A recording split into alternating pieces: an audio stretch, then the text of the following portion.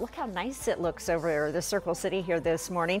Welcome in here at 6 o'clock to sunrise. Thanks for starting your day with us. I'm Julia here with Karen for Julia and Lindsay in for Chuck this morning. And if you liked yesterday, kind of putting it on repeat, it seems like. Even the wind. Yeah, exactly. Yeah, the wind's going to kick up. If you probably are headed out soon, you'll notice that immediately. We could see up to 40-mile-per-hour gusts, but without those gusts, it wouldn't be as warm. So, yeah, So we'll take 'em. Just comes with the territory. It is currently 63 here in Indy right now, which is about 4 degrees above the average high at this point in the season. And everybody starting off in the 60s will put us on track to have another above average afternoon. We'll go 74 by noon today, up to 78 by 2 o'clock. We are eventually headed back near 80, which is exactly where we topped out yesterday, about a degree shy of tying the standing high temperature record. Now today's record's 82, so I also believe we're going to stay shy of that today. But that doesn't mean this isn't extremely rare air we'll be dealing with. 79 in Muncie, that's 20 degrees above average, 80 the high in Shelbyville. Columbus also tops out near 80 today. So we've got some dry weather, a mix of sun and clouds, still staying breezy. Tonight, overnight, that's when this next weather system is set to move in. We'll bring that best chance of rain along a cold front by the morning hours tomorrow, approximately between 7 and 10 a.m.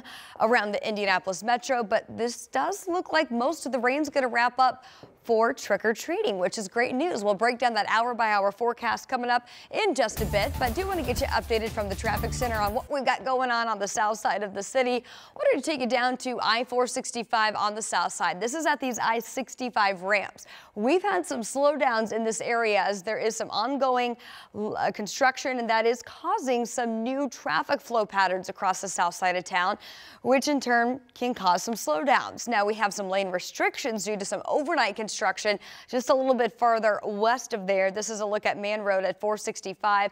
These lane restrictions should reopen within the next couple of minutes here. It was scheduled by 6 a.m. It's not causing any major issues, but we'll continue to watch that and let you know if we see any changes.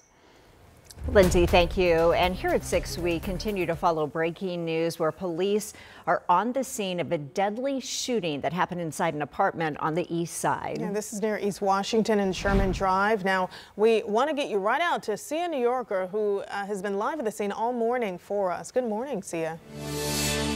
Good morning, ladies. Still an active scene here at this home where sadly police found a person dead this morning. Take a look right behind me. Police have this area sectioned off with crime scene tape as detectives and investigators gather evidence and try to figure out exactly what happened. Now, Metro Police tell me that around 2:45 this morning, they received a call that someone had been shot, and when officers arrived here to the scene, they found an adult male dead on the second floor of this home. Now, at this time, police do not have anyone in custody, but they are looking for a suspect, looking for a shooter, and they're urging the public to put the guns down. Use your communication skills. All your life you've been trained to work and talk with people. Just break it down and talk a little bit and solve the problem without having to break out a weapon. Now, police are asking the public also for any ring cam, any surveillance footage, any information at this point would be helpful. You can talk with IMP detectives, or you can even leave tips anonymously via Crime Stoppers. Julia, Karen. All right. Thanks so much, Sia. Now to an update on breaking news we had for you yesterday right here on 13 Sunrise. This morning, we want to show you new video showing what appears to be a drive-by shooting on Indy's west side. One of those bullets hitting a 72-year-old woman while she was sleeping in her bed. Yeah, 13 News talked to the victim's son, and he tells us that she is now in stable condition in the ICU. And this morning, investigators are searching for the person who pulled the trigger. Police say whoever is responsible likely targeted the wrong house. The shooting happened on Digby Court, not far from the Indianapolis Motor Speedway. Now, investigators are urging anyone who might recognize, if you look here quickly. You see this car, appears to be white, slowly driving by the home, and that's where police believe the gunshots came from, inside that car into the home. Well, this morning, a man faces charges after a deadly hit and run on the west side of Indianapolis. New court documents reveal a feud between two men may have led to a bystander's death. Felipe Maguelol is charged with murder, battery, and invasion of privacy. This happened earlier this month outside the Checkered Flag Tavern on Moore Street. That's near West Washington and 465. Investigators say a 40-year-old man named Perry Banks died when an SUV, allegedly driven by Maguelol, crashed into a crowd of people. Well, right now we are working to see if police have made an official arrest after a deadly shooting inside a plasma donation center in Indianapolis on the east side. We do know police say they have a person of interest in custody. When police say they got to the scene yesterday, they found that person dead inside the business. A short time later, police found that person of interest near the scene. Police are still trying to find a link between the suspect and the victim, but say there's no danger to the public. This morning, IMPD is facing another lawsuit over a fatal police shooting. The family of Leandre Houston is suing the department, the city, and the officer who was involved. Now, this happened last November near 38th and Shadeland. According to police, he was a passenger in a car that officers were trying to pull over when the driver started a chase.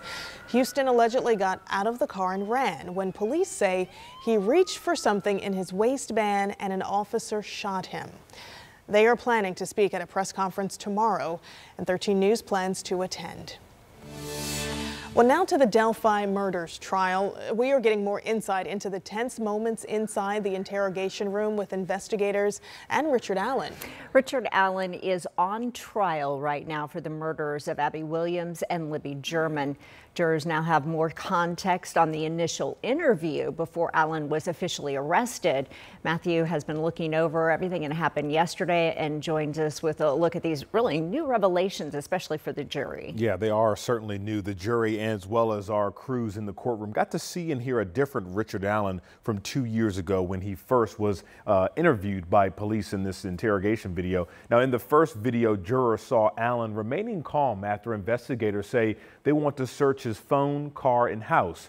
Allen replies, quote, "Your attitude toward me has definitely changed. This feels like you're interrogating me. You've known from the beginning I was out there. I told you that," end quote. Now, Allen then continues to deny he had anything to do with the killings and told police that, quote, "Arrest me or take me home." 2 weeks later, after police searched Allen's home, he continued to maintain his innocence. The jury also saw that video of this interrogation where Allen denies more than a dozen times to state police that he killed the girls. At one point, the interrogator asked, quote, "What did you do?" Allen then replies, quote, "I went for a walk on the trail and went home." And Matthew, we know that Richard Allen's wife, she's been in the courtroom. She's heard the testimony, seen her husband. Have we heard from her yet? So we haven't heard from her yet take the stand. However, the jury, as well as our crews, did see and hear her during that second police interrogation video. Now, Kathy was seen in the interrogation room beside Allen, visibly upset at one point. Allen tells his wife, quote, "You know this is something I couldn't do." She then asks him, quote, "How did a bullet from your gun get out there?" Allen then replies, "I don't know." Now, Karen, Julia, of course, the jury also heard from multiple guards, including several that were stationed outside of the cells he was in while he was in solitary confinement. Of course, they claim he made different statements and confessed that he had killed those two girls allegedly. But again, you'll hear more from their testimony coming up at 6:30. All right. Thank you, Matthew. Well, this morning, a man is awaiting sentencing for his role in a 7-day deadly crime spree dating back to 2019. Yeah, jury found Richard Garrett guilty of multiple charges, including murder, reckless homicide, and armed robbery.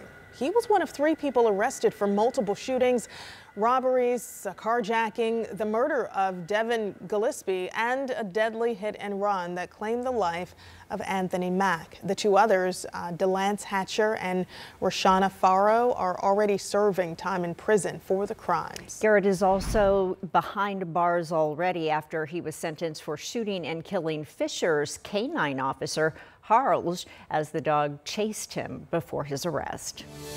This morning, investigators with IFD say the massive fire at HVAF of Indiana started in the attic. So they have ruled this an accident, but they are still trying to figure out what started the fire, even though they know the location. That facility was home to dozens of homeless veterans. And right now, there are ways to support the 48 veterans who were displaced. We've got that information for you on our website, WTHR.com.